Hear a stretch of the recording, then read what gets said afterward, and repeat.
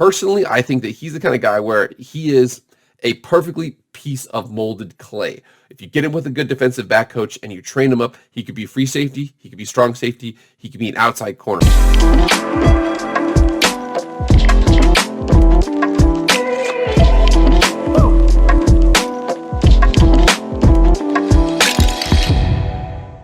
What's up, everyone? It's your boy Jake with Master Football. Back at it again. Happy Friday, okay? And again, time for my most popular series, okay? So I do regular shows most of the time, but for the most part, the big tickets are the Obscure Prospect series. So with the Obscure Prospect series, one thing that I wanted to do is I wanted to take a highlight of the people who are going to be picked in rounds 3 and beyond. Maybe even people who can sneak in round 2, but people you just haven't really heard of.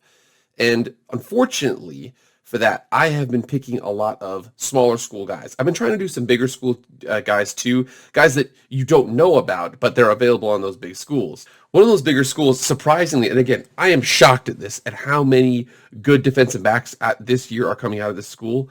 But we're going to go up to Syracuse, New York, and look up a guy by the name of Trill Williams. Trill Williams, first name Atrilleon. I thought, it was one of those situations where his name's Trill, but his name is like, Derek Williams, but he's like, nah, it's Trill. Like, no, his name actually is Atrilleon, so Trill is short for Atrilleon. So, 4-star athlete. Now, I know these obscure prospect guys, we have people from South Dakota, 1-star athletes, no star rated athletes, things like that. I wanted to bring this guy up because you're going to see here that people are kind of sleeping on him, and I'll kind of show you why. So, big-time athlete out of Yonkers, New York, class of 2018, decided to go to Syracuse, offers from Rutgers, Boston College, Buffalo, Florida Atlantic, a couple schools like that who were in the mix, Rutgers, Boston College, Syracuse, ultimately decided to go to Syracuse. You'll see here, Yonkers, New York, 6'2", 198, a really, really good athlete. After 3 years, he's like, dude, I'm going pro, I'm good to go.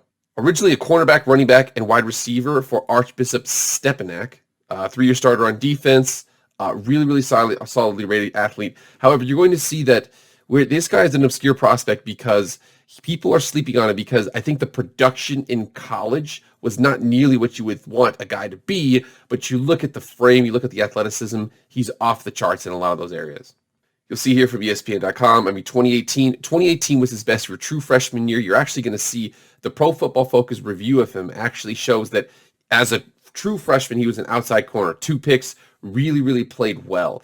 It's sophomore and junior year, they decided to move him into the slot. He was kind of out of position, but you're going to see here that he's just a natural playmaker. He's got a little bit of that Peanut Tillman in him with the forcing fumbles. He's actually really good at forcing fumbles. But anyways, we're going to go ahead and continue on here. Check out a couple of things kind of highlighting what he does. So once again, Pro Football Focus, not 100% sure if I can share this stuff online, but I am going to break down what they say. So he had a pretty good year 2018, okay year 2019, and a better year 2020. Their breakdown of him is he's a 4th-round prospect. He was a square peg in a round hole as a slot. But on the outside, he looks like he's got a lot of potential. His biggest strength, obviously, is going to be his athletic ability. 6'2", 198, fast, physical, attacks the ball carrier, attacks the ball, moves really well for a guy who's 6'2", long arms, long legs, really athletic in that perspective. His biggest weakness is we're not really 100% sure what he is. Is he a corner? Is he a safety? Is he a strong safety? Is he a slot corner? He's played a couple of those positions. Personally, I think that he's the kind of guy where he is a perfectly piece of molded clay. If you get him with a good defensive back coach and you train him up, he could be free safety, he could be strong safety, he could be an outside corner. I do think that slot corner might be a little bit of a problem for him, but anyways, I think he's good enough athlete to figure most of those positions out. His pros, they say elite all-around athlete. Physical, easy mirrorability, legit tape at outside corner as a freshman. They moved him into the slot, and his weaknesses are he's not really an instinctive slot. He has issues breaking down in space and wrapping up the ball carrier. He's got limited ball production over his career. That's actually, I would actually push back on that because he's got a lot of forced fumbles. He had a lot of picks. I think he's got 4 career picks, 3 career forced fumbles, 7 career turnovers as an outside corner and a slot corner.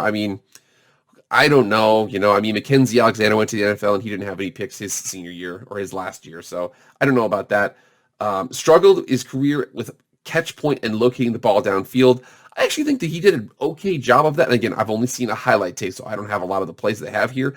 I do want to show one play that kind of highlights this guy's natural ability. I think he's more playmaker than he is technician at corner. We're going to see that on this play right here. So here's one where it's a deep ball up against Boston College, a team who's actually recruiting him. Deep ball against Boston College. He is in the wide receiver's hip pocket. So he's naturally the ability to mirror him. He's close to him. He's in his hip pocket. So receiver's looking this way. He's right here. And he's able to actually looks back, locates the ball with his hand in his hip pocket. He actually will bring it up and you have kind of a one-handed pick at first. It's actually pretty cool. Let's take a look here. Boom, got it, pulls it down, pick. God, that's great. So check it out in slow motion here on this next one. So we're going to see right here, looks back, locates the ball, didn't even see it, but perfectly timed that play.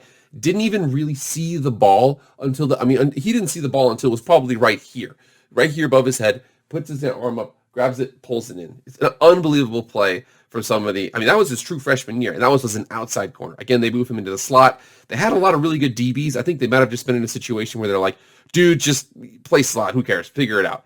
And he was a natural playmaker. Like I said, he's a natural playmaker more than he is a technician as a corner or a slot corner, I'll say.